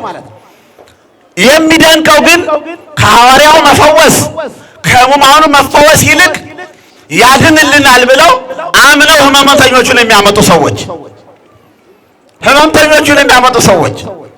ይድናሉ በጴጥሮስ ጥላ ብለው ሕሙማንን የሚያመጡ የሚደነቁ ሰዎች ናቸው።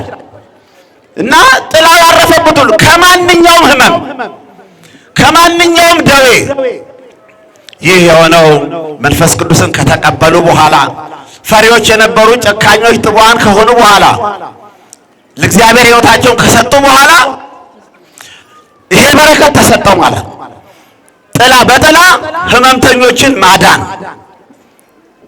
የሚገርም ነው በጣም።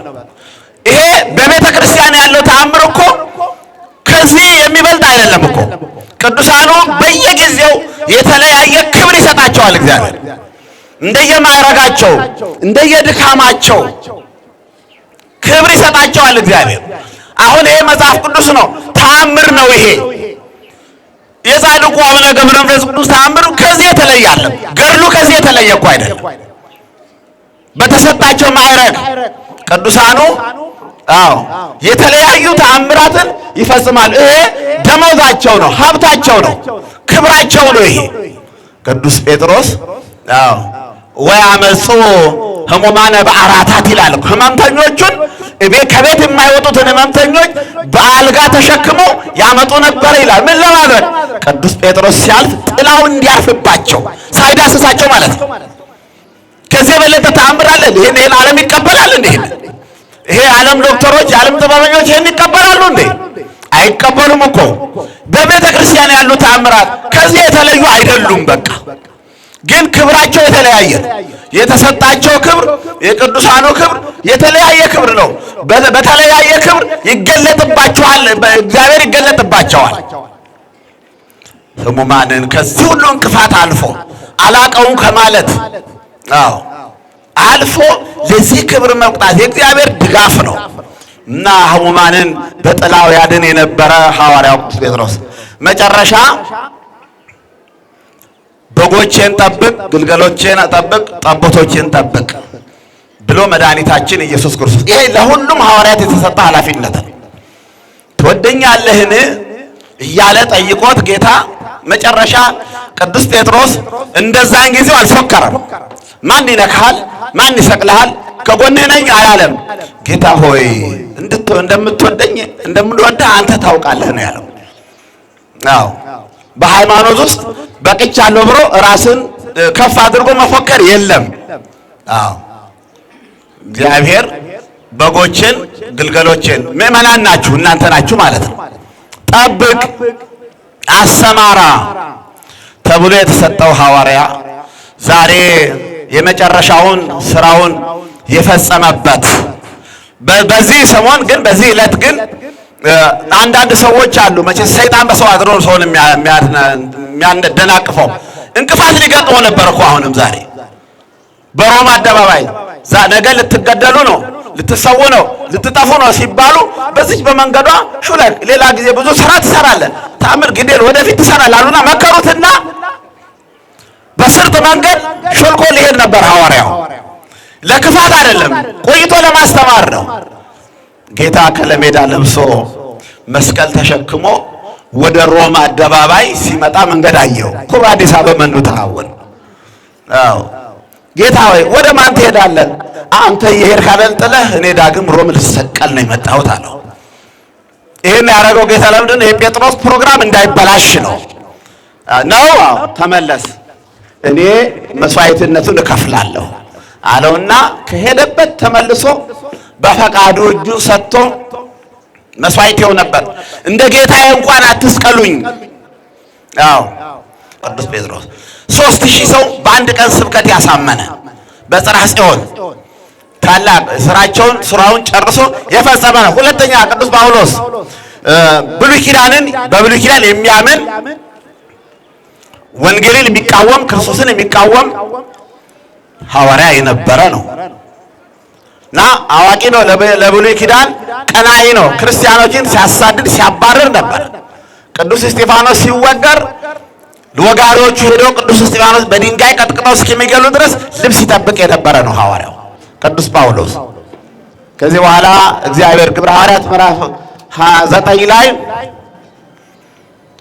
ክርስቲያኖችን ሊያጠፋ ሲጓዝ መንገድ ላይ በመብረቅ ከአፈር ጋር ከአመድ ጋር ደባለቀውና አይኑ እስኪታወር ድረስ እግዚአብሔር ለሚፈልጉ በሰላማዊ መንገድ ኑ ሰው አጥማጆች አደርጋቸዋለሁ ብሎ ይጠራል።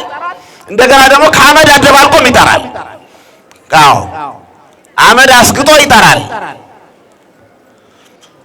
ሳውል ሳውል ለምን ትሰድደኒ?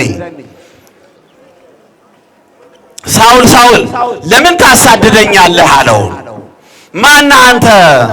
የምታሳድደኝ የናዝሬቱ ኢየሱስ ክርስቶስ ነኝ አለው። እንደዚህ ነው። ለምን ፈለገው ጌታ? አይወደውም፣ ወንጌል ለማጥፋት ነው። ግን እሱ በቅንነት ለሃይማኖቱ ቆሞ ስለነበረ ነው።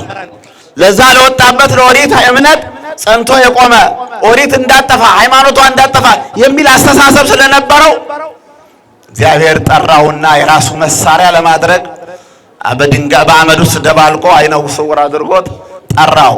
የምታሳድደኝ የናዝሬቱ ኢየሱስ ነኝ። ምን ላድርግ ጌታ ሆይ አለ። ሰው አይኑ ከጠፋ በኋላ ምን ዋጋ አለው? ምን ላድርግ? ሂድ ወደ ሐዋርያት የምታደርገውን ይነግሩሃል። ይችል ነበር እዛው በስሜ ስበክ፣ በስሜ አስተምር፣ ካሁን በኋላ እንዳትቃወም፣ አዲስ ኪዳን እንዳትቃወም ማለት ይችል ነበር ጌታ። ወደ ሐዋርያት ነው የላከው።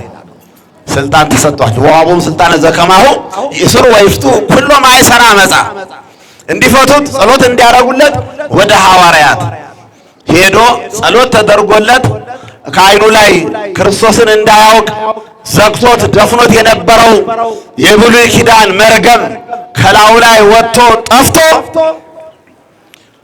የክርስቶስ ሰባኪ ወንጌል የአዲስ ኪዳን ምስክር የሆነ ሐዋርያ ይሄ ደግሞ ወደ ሰማይ እስከ ሶስተኛው ሰማይ ድረስ የወጣ ወንጌልን ያስተማረ የሰበከ አመክንዮን ሲደርሱ ቅዱሳን ሐዋርያት 72ቱ አርድእት 12ቱ ሐዋርያት እና ቅዱስ ጳውሎስ አመክንዮ የቤተ ክርስቲያን ቅዳሴ ላይ የሚነበበውን ቢጽ ሐሳውያን በተነሱ ጊዜ ቢጽ ሐሳውያን የቤተ ክርስቲያን የውስጥ ጠላቶች ናቸው። ሐዋርያት ሳይሆኑ ሐዋርያትን የሚሉ የሐዋርያትን ካባ ደርበው ውሸት የሚሰሩ ሐሰት የሚሰሩ ነበሩና እንደነሱ ይህን መልስ ለመስጠት በዚህ ጉባኤ ላይ ታላቅ ሐዋርያ ሆኖ የተገኘ ተሰብሳቢ ሆኖ በሲኖዶሳቸው በስብሰባቸው በአመክንዮም በደረሱበት ቢጽ ሐሳውያንን ባወገዙ ጊዜ በለዩ ጊዜ የተገኘ ሐዋርያ ነው። በዘመኑ 14 መልእክታትን ጽፏል። አሁን ቅዱስ ጴጥሮስ 2 መልእክት ብቻ ነው የጻፈው። ይሄ ከጌታ የተማረ ብዙ ነገር የሰራ 2 መልእክት ነው የጻፈው። ሐዋርያው ግን ቅዱስ ጳውሎስ 14 መልእክታት ሙሉ የሆኑ እውነተኛ የእግዚአብሔርን ቃል የጻፈ ሐዋርያ ነው። የእሱ ደግሞ ቅድም እንደነገርኳችሁ የእሱ ስጦታ ደግሞ በልብሱ መፈወስ ነው። ለእሱ ደግሞ የተሰጠው ለቅዱስ ጳውሎስ በአጽፉ መፈወስ፣ በልብሱ መፈወስ። ጠዋት ሊያስተምር አደባባይ ወጥቶ ጠዋት የለበሰውን ማታ ለብሶት አይገባም ነበር ይላል እና በእግዚአብሔርም በቅዱስ ጳውሎስ እጅ ታምር ያደርግ ነበር ይላል። ሐዋርያት ሥራ ላይ ተጽፏል። በልብስ የመፈወስ ሰማይ መውጣት የቅዱሳኑ ስጦታቸው የተለያየ ነው። የተክለ ሃይማኖት ስጦታ የተለየ ነው። የገብረ መንፈስ ቅዱስ ስጦታ እግዚአብሔር በተለየ መልኩ ይገለጥባቸዋል ማለት ነው እና በልብሱ ይፈውስ ነበር። አሁንም የምናደንቃቸው ሰዎቹን ነው። ሕመምተኞቹ ቤት ነው ያሉት። ቅዱስ ጳውሎስ ሲያስተምር ከልብሱ ላይ ቆርጠው ወስደው ቤት የዋሉ ሕመምተኞች ላይ ይጥሉ ነበር ይላል እኮ። ያን የእሱን አፍ የክርስቶስ ታሚና በልባን ዘትብል እምከመገሰስኩ ጽንፈ ልብሱ አሃዩ ያለችዋ ሴትዮ 12 ዓመት ደም ይፈሳት የነበረች ሴትዮ የክርስቶስን ቀሚስ ተሽሎክሉካ ሰውነቱን እንኳ ሳይሆን ቀሚሱን ነክታ 12 ዓመት ሲፈስ የነበረው ደሟ ቀጥ እንዳለና እንደዳነች በቀሚሱ ክርስቶስ እንዳዳነ ቅዱስ ጳውሎስም ይሄ ልብስ ብዙ ታሪክ አለው እኮ። ነቢዩ ኤልያስ ወደ ሰማይ ሲያርግ በእሳት ሰረገላ ለተማሪው ለኤልሳ አጽፉን ሰጥቶት ነው ሄደው። አጽፉን ወርውሮለት ሄደ። አጽፉን ሲወረውር ሲመለስ ወደ ዮርዳኖስ በፊቱ ነበረ ኤልሳ መሻገር ነበረበትና በቅዱስ ኤልያስ አጽፍ ዮርዳኖስን መታው። ባህሩ እንዲከፈል ማለት ነው። ዘገየበት። የኤልያስ አምላክ የት ሄደ አለ፣ ጮኸ። ደግሞ ሲመታው ባህሩ ተከፈለ። በዛ በአጽፉ በልብሱ ባህሩ ተከፈለ። ኤልሳ ተሻገረ ይላል መጽሐፍ ቅዱስ። አሁን ቅዱስ ጳውሎስ በአጽፉ በለበሰው ልብስ ቆርጠው ወስደው ከማንኛውም ሕመም ከማንኛውም ደዌ ይደንቃሉ ሰዎቹ። አሉ እምነታቸው እንዲህ አይነት እምነት ነው የጠፋው እኮ። እምነቱ እንዲህ አይነት እምነት ጠፋ እኮ። የሚደንቁ ሰዎች ዛሬ አምናችሁ ጠበል ከቤተ ክርስቲያን ወስዳችሁ ቤት ለዋሉ ሰዎች ሰጣችሁ የሚድኑላችሁ ሰዎች እኮ አላችሁ እኮ። ታስጦታችሁን ታመጣላችሁ፣ እልል ብላችሁ ትመሰክራላችሁ እኮ። አልተቋረጠም መግቦቱ። ሰው ነው መንፈሱ የተበረዘው እንጂ አልተቋረጠም። እንኳን ሌላ እኮ ማህበር ጽዋ ትጠጡ የለ ማህበር ጽዋ ስትጠጡ ቤት በየቤቱ ዞራችሁ ማህበሩ ዛሬ መናፍቃን ይሄን አይወዱም። ይሄ እንግዲህ የሐዋርያት ተከታዮች የጀመሩት ነው ማህበር እና ሰውየው ወንድማችሁ ታሞ እቤት ውሎ ለመዳን ሲያስብ ከዛ ከማህበሩ ፊት ከያንዳንዱ አንዳንድ ጉርሻ ተጠራቅሞ ተሰብስቦ ይሰጠዋልና እቤት ሄዶ ያንን ሲመገብ ወይም ደግሞ ያምረዋል ከቄሶቹ ፊት ደጀ ሰላም ከቄሶቹ ፊት ምግብ ሰብስባችሁ አምጡልኝ ይላል። ያን በልቶ እኮ ይድናል። ዛሬ ቤተክርስቲያናችን አላቋረጠችም። ጠበሉም ስራ አላቋረጠም። አዎ እምነቱም ስራ አላቋረጠም። እና አጽፉን ቆርጠው ወስደው የታማኞቹ ሰዎች የሚደንቁ ናቸው። ያድንልናል፣ የእሱ ልብስ ቆርጠን ወስደን በሽተኞቹ ላይ እንጥላለን ብለው ሰዎች ያድኑ ነበር ይላል። አጽፉን ልብሱን ነክተው ሰውነታቸው ሁሉ ጥላቸው ሁሉ የረገጡት ሁሉ መድኃኒት ነው ቅዱሳን ሐዋርያት። ዛሬም የቤተ ክርስቲያን አባቶች ብዙ ቅዱሳን ብዙ ንጹሐን አሉ፣ በረከት የሚሰጡ በረከት የሚያስተላልፉ። ዛሬም ቅዱስ ጳውሎስ እንግዲህ አንድ ላይ ከሐዋርያው ከቅዱስ ጴጥሮስ ጋር አንገቱን ተሰይፎ ሰማዕት የሆነበት ቀን ነው። ይህንን በዓል የምናከብረው ዛሬ ቤተ ክርስቲያናችን እነዚህ ከኔሮን ቄሳር እስከ ዲዮቅልጥያኖስ ያለው ዘመን ዘመነ ሰማዕታት የቤተ ክርስቲያን የስደት ዘመን መሪዎቹ ኃያላኑ መሪዎች ሐዋርያትን ክርስቶስን ተከታዮች ለጣዖት ካልሰገዳችሁ ጣዖት ካላመለካችሁ እነ ቅዱስ ቂርቆስ እያሉ መከራ ሲያሳዩ መከራ ሲያበሏቸው የነበረበት ሰዓት እንደ ስታዲየም እኮ አሁን ጣሊያን ሀገር እኮ አለ እኮ እንደ ስታዲየም የአንበሶች ፓርክ ያለበት አለ። አንበሶች ከስር ፓርክ ውስጥ አንበሶች አሉ። አዋጅ ተነግሮ ዛሬ የከሌና የከሌ ቡድን ኳስ ይጫወታል መታችሁን ልታዩ ብሎ በቲኬት በመግቢያ እንደምታዩት አንበሶቹ ክርስቲያኖች የናር ክርስቲያኖች በአንበሶች ይሰባበራሉ፣ በአንበሶች ይበላሉ፣ ውጡና ታሪክ ተመልከቱ የሚባልበት ዘመን ነበር፣ ዘመነ ሰማዕታት። ያው ክርስቲያኖቹ ከአንበሶች ጋር ሲያታግሏቸው እንዴት እንደሚሰባብሯቸው እንዴት እንደሚበሏቸው በቲኬት በመግቢያ ቲኬት ህዝቡ ተሰብስቦ እንደ ኳስ ጨዋታው ይመለከት የነበረበት ዘመን። ቤተ ክርስቲያን ይህን ሁሉ ጥሳ ነው የመጣችው፣ ይህን ሁሉ አልፋ ነው የመጣችው። አዎ የሰማዕታቱ ደም ከቤተ ክርስቲያን አላቋረጠም። አሁን ዛሬም አላቋረጠም፣ ይቀጥላል።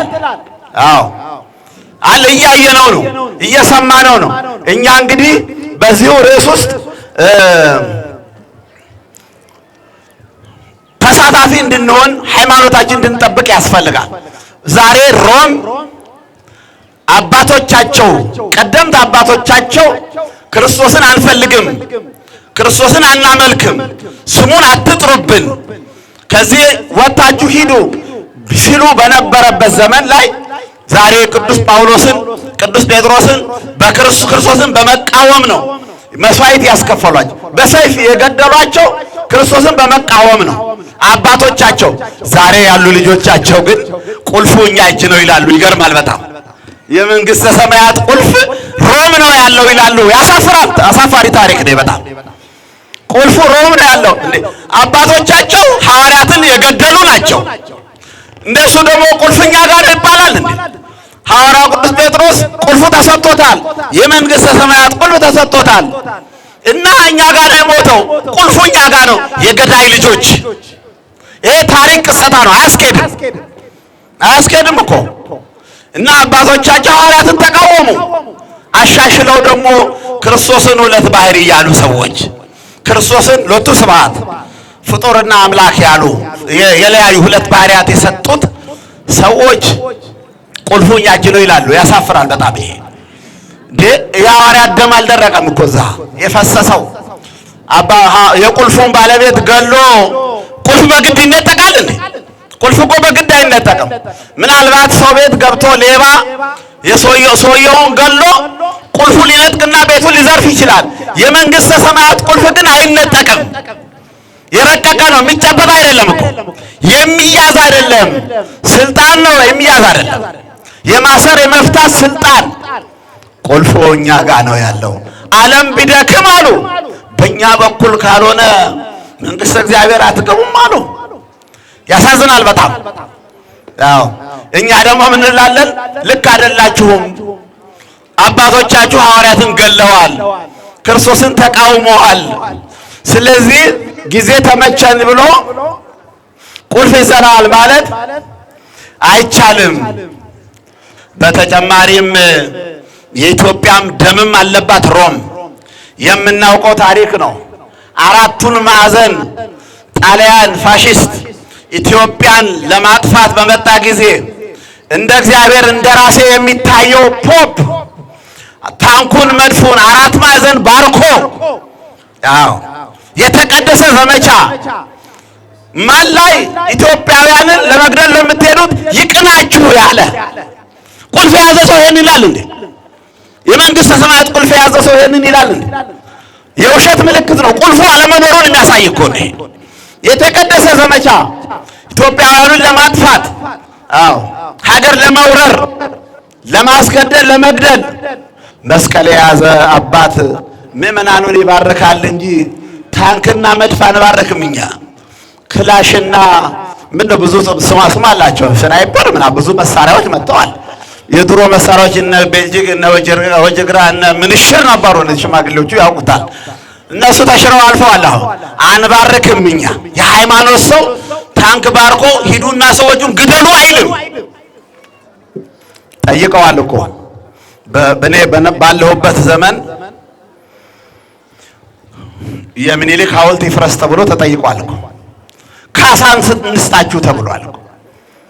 6 ኪሎ ያለው 6 ኪሎ ደሙ በደም የተጻፈውን አንብባችሁን ማለት ነው። በታክሲ መሽከርከር ብቻ እኮ አይደለም፣ የደም ጽሑፍ ነው እዛ ውስጥ ያለው። የብዙ ሰማዕታት ደም እንዲሁ ነው። ኢትዮጵያን ያቆሟት ደማቸውን አፍስሰው ነው፣ አጥንታቸውን ከስክሰው ነው፣ ለነጻነታቸው ታግለው ነው። የአቡነ ጴጥሮስ ሐውልት ትውልዱ እንዳያየው የቀድሞ መንግስት በፊት የነበረው መንግስት አሁንም ያለው መንግስት አፍርስ ተብሎ ጠይቋል። ከፍተኛ ካሳን ሰጣቸዋል። ካሳና ብር አይጣጣምም፣ አይመጣጠንም። ደማቸውን እያነበብን መኖር ነው የሚሻለን እኮ ታሪካቸውን እያነበብን። አሁን ዛሬ ግን ምንድነው የመጣው? ጦርነት የለም፣ ግድያ የለም፣ የስነ ልቦና ጦርነት ነው አሁን የመጣው። የስነ ልቦና ጦርነት። የኢትዮጵያ ወጣቶች ምን ይፈልጋሉ? ህዝቡ ምን ይፈልጋል? ስሜቱ በምን ይሸነፋል ተብለን ጎናችን ተጠንቶ በተለያየ መልኩ እያለያዩ ነው። አሁን እጃቸው ከኛ አልተለየም። አሁን በተለያየ መልኩ ውጮቹ ዓለም አሁንም እኛን ለማጥፋት እኛን ለማለያየት የማይቆፍሩት ጉድጓድ የለም፣ የማይፈነቅሉት ነገር የለም። እና አባቶቻችን ድንበሯን ከነነጻነቷ ከነ ሃይማኖቷ አስረክበውን ዛሬ በእኛ ጊዜ ልትጠፋ አይገባም። ሀገሪቷ ታሪኳ ክብሯ ኦርቶዶክስ ተዋህዶ ቤተክርስቲያን ናት። ዓለም ቢጎበኝ ዓለም ቢጎርፍ ዓለም ቢመጣ ቤተክርስቲያኗ ውስጥ ያለውን ታሪክ ቢጎበኝ ኢትዮጵያ ከተዋህዶ ተለይታ የተለየ የሚጎበኝ ነገር የተለየ ክብር የላትም።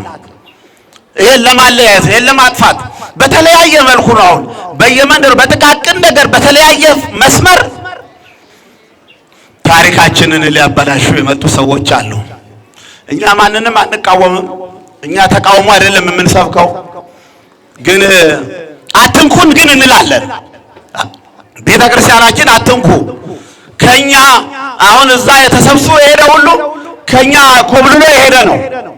እንደዛው ደግሞ በገፍ ደግሞ ወደኛ እየተመለሱ ነው አሁን ያሉት። አይተው ምንም ነገር አጥተው ወደኛ እየተመለሱ የምንመለከታቸው ናቸው።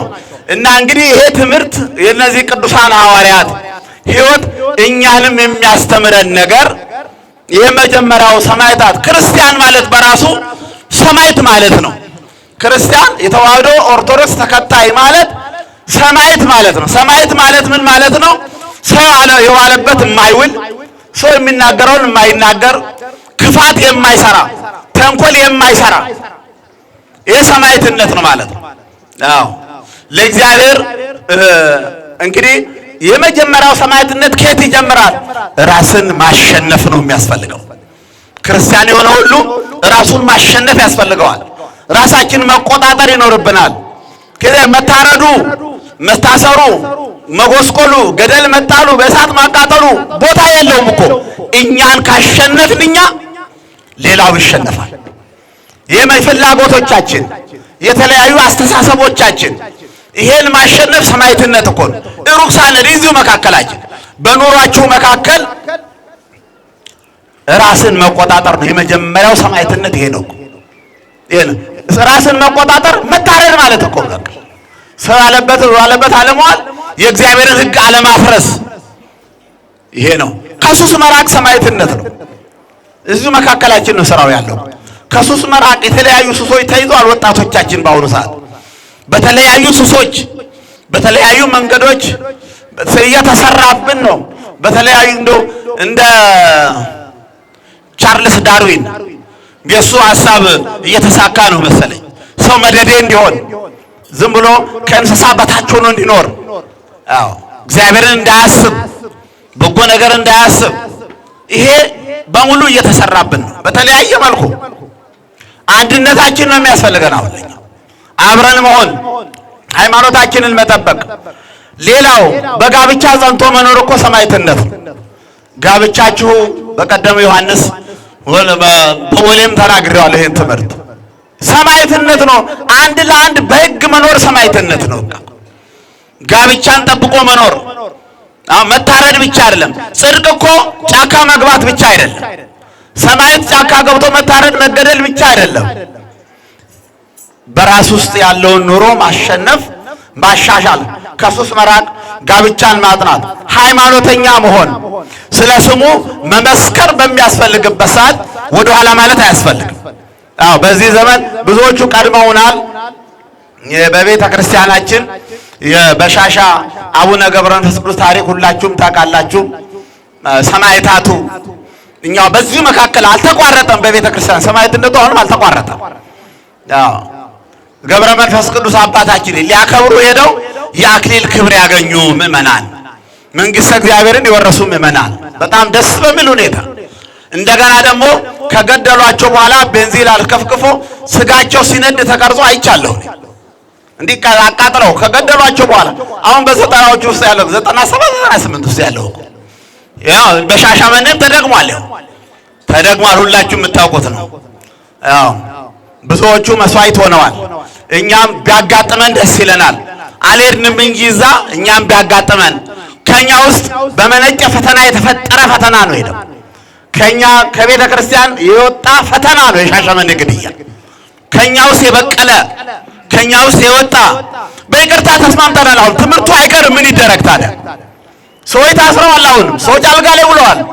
አካላቸው ጎሎ የሚልሱት የሚቀምሱት አጥተውለዋል። ትምህርቱ አይቀርም እኮ አሁን ለወቅሳቸው አይደለም። አሁን ይቅርታ ጠይቀው ወደኛ ተመልሰዋል አባቶቻችን። ግን ትምህርቱ አይቀርም። የነዚህ ደማቸው የፈሰሱት እንመሰክርላቸዋለን። መሞታቸውን ያየነው እንጂ እነሱ ለክብር አክሊል በቅተዋል። ቅዱስ ጴጥሮስን ጳውሎስን መስለዋል እኮ እነሱ ለሃይማኖታቸው ሌላ ፍለጋ አልሄዱም። ቤተክርስቲያኑ ሲሰርቁ አይደለም፣ ሲቀጥፉ አይደለም የተገደሉት፣ ለሃይማኖት ነው። ለሃይማኖታቸው አይቀርም፣ ትምህርቱ አይቀርም። አዎ ታርቀን ስራችንን ብንጀምርም የሞቱ ሰዎች ልንመሰክርላቸው ይገባል። የ21ኛው መቶ ክፍለ ዘመን ሰማዕታት ናቸው።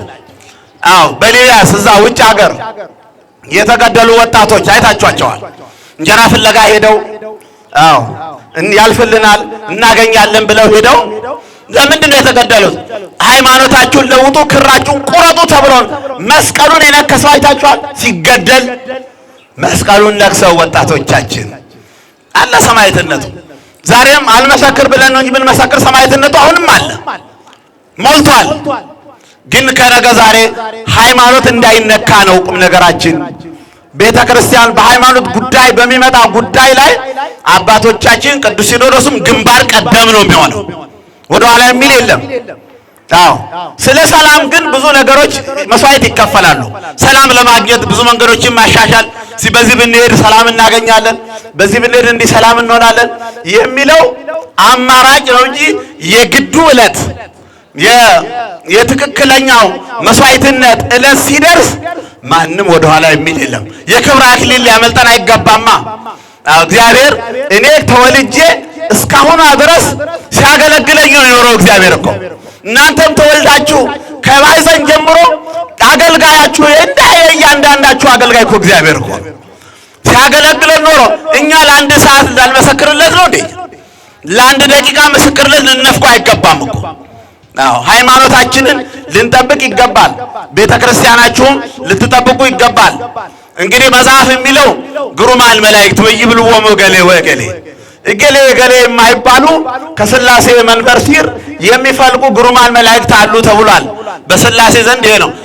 በዛሬው መንበር በኢትዮጵያ ኦርቶዶክስ ተዋሕዶ ቤተክርስቲያን ግን መናፍቃን እየፈለቁ ነው ከቤተክርስቲያን። ከውጭ አይደለም አሁን የሚመጣው እኮ ከዚህ እየፈለቁ የኛው ሰባኪዎች የኛው ደሞዝ የሰጠቻቸው ያስተማረቻቸው አሁን ድምፃቸውን አጥፍተዋል ጭራሽ። እንደውም አሁን ምን ማለት ጀምረዋል? ስብከታቸውን ቀይረው በጠረናቸው ልታውቋቸው ይገባል። ማርያም ማርያም ማለት ጀምረዋል። አሁን በስብከት ሚካኤል ሚካኤል ማለት ጀምረዋል። አጽራረ ቤተክርስቲያን የቤተክርስቲያን የውስጥ ጠላቶች ደሞዟን እየበሉ አሁን ሊያጠፏት የሚያስማሟት አሉ ዛሬ። ለዚህ መስዋዕት መክፈል ያስፈልገናል። መድረካችሁን ቤተክርስቲያናችሁን ልትጠብቁ ይገባል እኮ። አዎ ብዙዎች በስሜ ይመጣሉ እንዳለው ዛሬ ብዙዎች በእግዚአብሔር ስም መጥተዋል። አሁን የውጭ ጠላት አያስፈራም፣ ከውስጥ የሚፈልቀው ነው በጣም የሚከብደው። ከመንበሩ ስር ቀድሰው ወጥተው ምን ትጠረጥራላችሁ? ይሄን አሉ ብለው ቀድሰው ሁሉ አይደሉም ምእመናን። ካህናት ሁሉ ወቅስ አይደለም። እኔ መናፍቃኑን በጠረን እናውቃቸዋለን። በቋንቋቸው ይታወቃሉ። አዎ በአካሄዳቸው ይታወቃሉ። በሽታ ልታውቋቸው ይገባል እኮ። በጎቼ ድምፄን ይሰማሉ ነው ያለው ጌታ። ጠረኔን ያውቃሉ። የሌላውን ጠረን ስለማያውቁ አይጠጉም አለ ጌታ እኮ። የሌላውን ድምፅ ስለማያውቁ አይጠጉም፣ አይከተሉም ይላል መድኃኒታችን ኢየሱስ ክርስቶስና ዛሬም ሰማዕትነቱ አለ። ዛሬም ምእመናን መስዋዕት እየከፈላችሁ ነው። ተዋሕዶ ኦርቶዶክስ ተከታዮች ምእመናን፣ ህዝበ ክርስቲያን ኢትዮጵያውያን በአሁኑ ሰዓት ገበያው ሰማዕትነት እያስከፈላችሁ አይደለም? ሰማዕትነት እያስከፈላችሁ ነው። የኑሮ ውድነት ገበያው የዛሬው ሲጨምር እንጂ ሲቀንስ አይታይም። ይሄ እኮ ሰማዕትነት ነው። ሳይበሉ አድሮ እግዚአብሔር ቤት መምጣት፣ ሳይበሉ ውሎ ወደ እግዚአብሔር ቤት መምጣት ፈተናው ብዙ ነው። በየቢሮው ይሄ መንግስት ያላወጣውን አዋጅ የሚጠቀሙ ሰራተኞች አሉ። በመንግስት ሽፋን ሃይማኖት በተዋሕዶን ለመጉዳት የተዘጋጁ ሰዎች አሉ እኮ። የሚገርም ነገር ስልጣኑን አግኝተው ኦርቶዶክስን ለመውጋት የተዘጋጁ። የመንግስት አዋጅ አይደለም። መንግስት ኦርቶዶክስን አጥፉልኝ አላለም። ተጠግተው ግን መንግስት ስራ ሰጥቷቸው በኃላፊነታቸው ውስጥ ያሉት ገለልተኛ እያደረጉን ነው እኛን። ያው በገጠሩም በከተማውም ማለት ሁሉ አይደሉም። መቼስ መንፈስ ያደረበት ሁሉም ዲያብሎስ አልሆንም እኮ ሐዋርያት አንዱ ነው ዲያብሎስ የሆነው። እና እንደዚህ አይነት ፈተናዎች አሉ።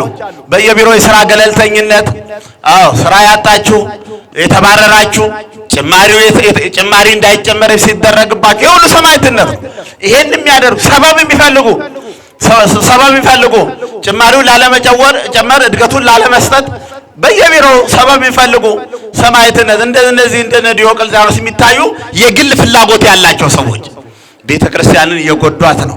እና ለሃይማኖታችን ምስክር እንድንሆን ነው፣ ሰማዕታት እንድንሆን ነው። በኑሯችሁ አዎ ለእግዚአብሔር የተቀደሰ በአካሄዳችሁ በኑሯችሁ ሁሉ ስለ እግዚአብሔር መመስከር።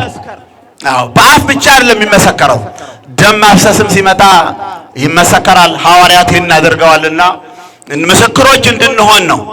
በሄድንበት ቦታ ሁሉ እውነተኞች እንድንሆን ነው። ድሆች የሆነው ደግሞ ስለማንሰራ ነው፣ ስለማናለማ። ድሆች የሆነው ስለማናለማ ነው። እኔ አርባ ምንጭ ነው የምኖረው። ከአርባ ምንጭ አዲስ አበባ ስገባ ብዙ ወንዞች ይፈሳሉ። እንደ ሽንኩርት እንኳን ዳሩ የሚተክል ሰው የለም። ስለማንሰራ ደህየ ነው። እና ስለዚህ እነዚህን ቅዱሳን ሰማዕታት ስናከብር ያን ጊዜ የነበረውን መሰየፍ፣ መታረድ፣ በእግዚአብሔር ስም መመስከር፣ ደማቸውን በማፍሰስ መመስከራቸውን ሳንረሳ ቁልፉ እኛ ጋር ነው ያሉትን የሚሉት ሰዎች ደግሞ ቁልፉ እናንተ ጋር አይደለም ሐዋርያት ጋር ነው፣ ቁልፉ ቅዱስ ሲኖዶስ ጋር ነው እያልን መልስ ልንሰጥ ያስፈልጋል። ሰላም ያዋለን፣ ሰላም ያስመሸን። ከጻድቁ አባታችን ረድኤታቸውን በረከታቸውን ያሳድርብን።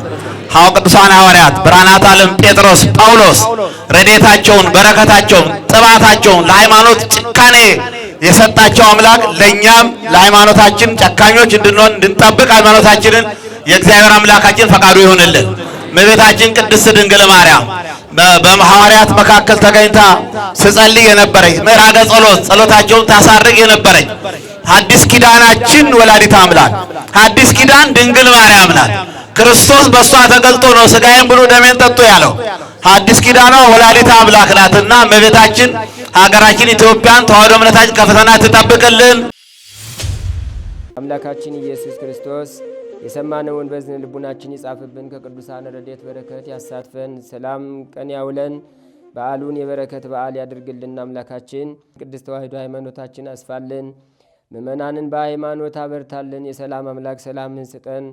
ቀኑን ባርከ ቀድሰ በሰላም አውለን። አቡነ ዘበሰማያት ይትቀደስ ስምከ ትምጻእ መንግሥትከ ወይኩን ፈቃድከ በከመ በሰማይ ከማሁ በምድር ሲሳየነ ዘለለ ዕለትነ ሀበነ ዮም ወኅድግ ለነ አበሳነ ወጌጋየነ ከመ ንሕነኒ ንኅድግ ለዘአበሰለነ ኢታብአነ እግዚኦ ውስተ መንሱት አላ አድኅነነ ወባልሐነ እምኩሉ እኩይ እስመ ዚአከ ይእቲ መንግሥት ኃይል ወስብሐት ለዓለመ ዓለም። በሰላመ ቅዱስ ገብርኤል መልአክ ኦ እግዝእትየ ማርያም ሰላም ለኪ ድንግል በሕሊናኪ ወድንግል በሥጋኪ እመ እግዚአብሔር ጸባኦት ሰላም ለኪ ቡሩክት አንቲ እምአንስት ወቡሩክ ፍሬ ከርሥኪ ተፈሥሒ ፍሥሕት ኦ ምልዕተ ጸጋ እግዚአብሔር ምስሌኪ ሰአሊ ወጸልይ ምህረታ በፍቅር ወልኪ ኢየሱስ ክርስቶስ ከመ ይሥራይ ለነ ኃጣውኢነ ተማኅፀነ ብኪ ኦ ተወካፌ ንስሐ ወሰራይ ኃጢአት ኢየሱስ ክርስቶስ ስረይ ኃጢአትየ ወኃጢአተ ኩሉ ሕዝብ ከማይሠራ ኃጢአት እግዚአብሔር ይፍታ።